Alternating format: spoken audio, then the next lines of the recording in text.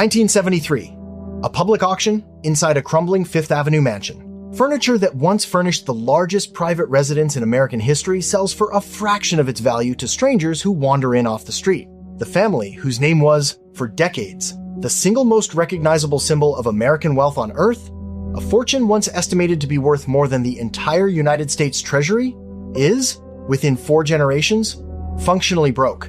No scandal ends it. No crash wipes it out in a single afternoon. It simply erodes, decision by decision, until there's nothing left to erode. The Elite Chronicles, where we don't wait for permission to tell the story that matters. By the end of this video, you'll understand exactly how a fortune that large disappears without a single crime, and more importantly, what the handful of old money families who avoided that fate actually did differently. Here's where it starts.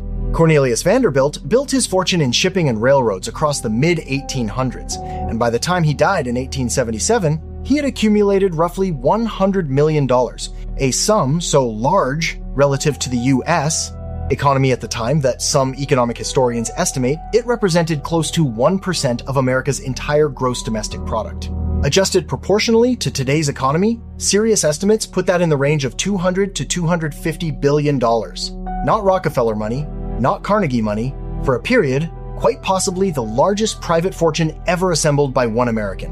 Cornelius left the overwhelming majority of it, reportedly around 95%, to a single heir, his son, William Henry Vanderbilt, specifically because he believed concentrating the fortune rather than dividing it was the only way to preserve its power.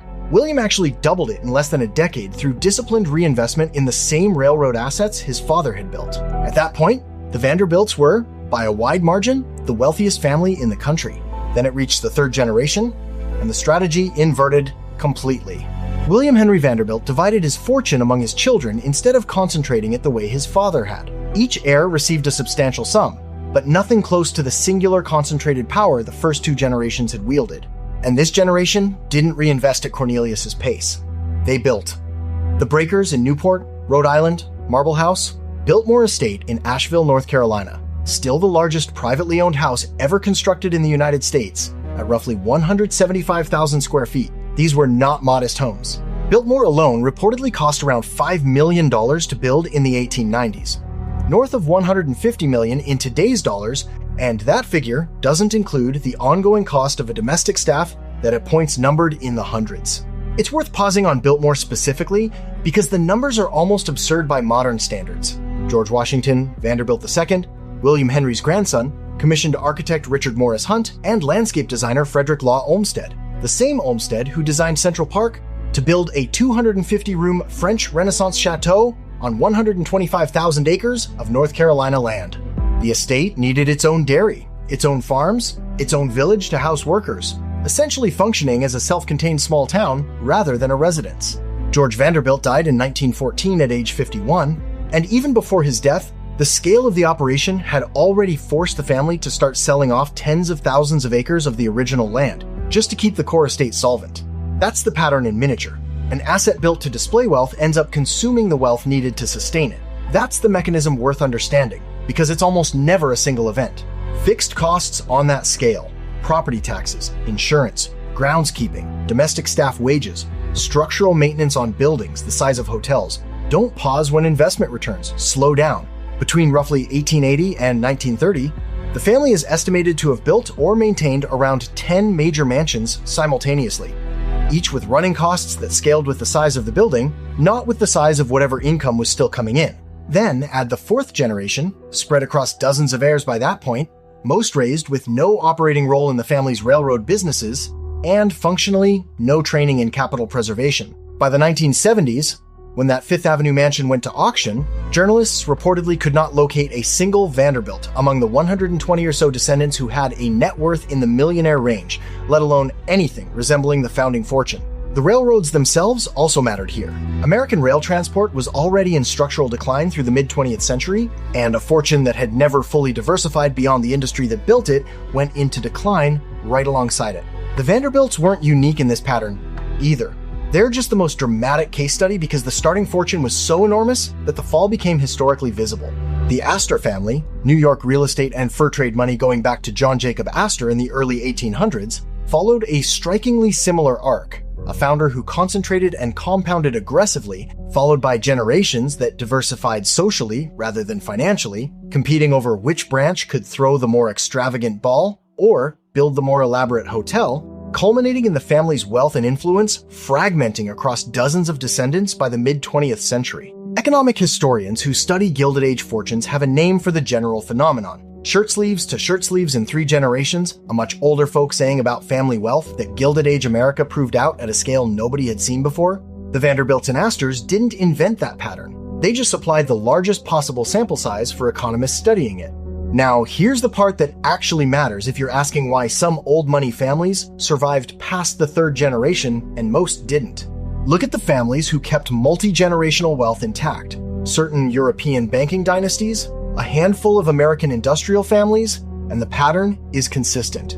First, concentration beats division for as long as possible. Every generation that splits a fortune evenly among children shrinks the amount of capital working per heir, and compounding needs capital to compound. Second, fixed physical assets like massive estates are liabilities disguised as trophies, unless the family also builds a permanent income engine sized to service them.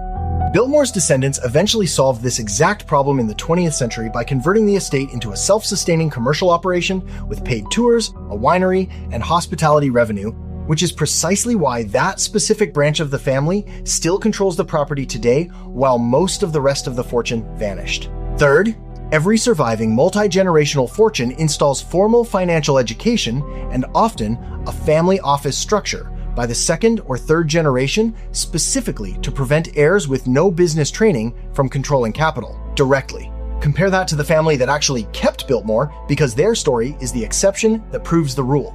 George Vanderbilt's only child, Cornelia, inherited the estate, but it was her descendants, the Cecil family, through her marriage to John Francis Amherst Cecil, who made the decision that saved it.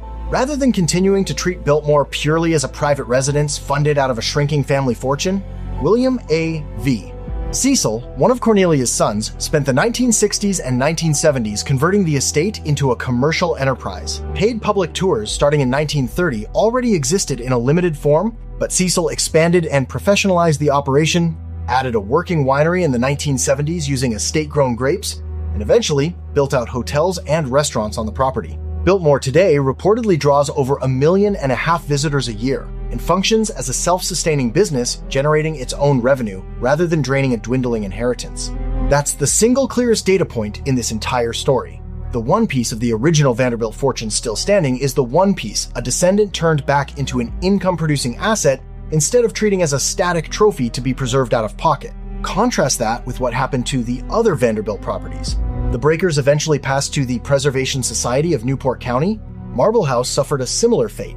Many of the other mansions were demolished outright in the mid-20th century because no family member could afford the property taxes and maintenance, and no commercial conversion was ever attempted before the buildings became liabilities too far gone to save. Demolition, in other words, wasn't a random tragedy. It was the default outcome for every property in the portfolio that didn't get the same treatment Biltmore received. None of this required a conspiracy or some hidden playbook passed only among the ultra-wealthy. It's closer to the opposite. It's what happens by default when nobody actively fights the natural pull toward division, display, and drift. The Vanderbilt name still opens doors in 2026. The Vanderbilt fortune, in the sense Cornelius would have recognized it, effectively does not exist anymore. And the gap between those two facts is the entire lesson. So the next time you hear old money, remember that the label survives longer than the money usually does, unless a family treats capital concentration and income-generating assets as the actual inheritance, not the mansions built to prove the money was there. What old money dynasty do you want us to break down next? Tell us in the comments, and subscribe to the Elite Chronicles. We go past the mansions and show you exactly where the fortune actually went.